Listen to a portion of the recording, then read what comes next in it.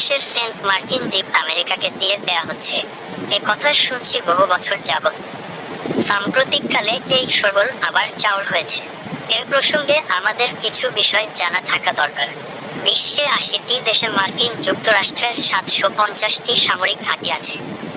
এসব ঘাঁটির জন্য যতটুকু এলাকা প্রয়োজন তা হচ্ছে কমপক্ষে ৪০,০০০ হেক্টর জমি।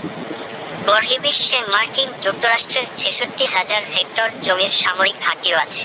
উক্ত ঘাঁটিসমূহে ১০ থেকে ৪০,০০০ সৈন্য থাকে।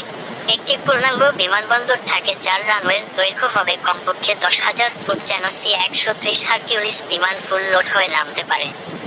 সি-১৩০ হারকিউলিস বিমান ফুল লোড হয়ে যখন নামে তখন এর ওজন থাকে ১,৫৫,০০০ পাউন্ড।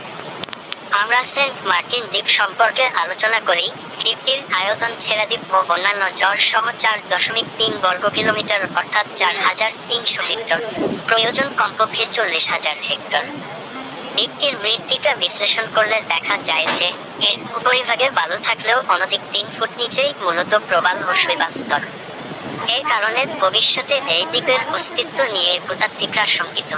এমন দুর্বল ভূমিতে কিভাবে সি-১৩০ হারকিউলিস বিমান ১,৫৫,০০০ পাউন্ড ফুল লোড হয়ে ওঠানামা করবে?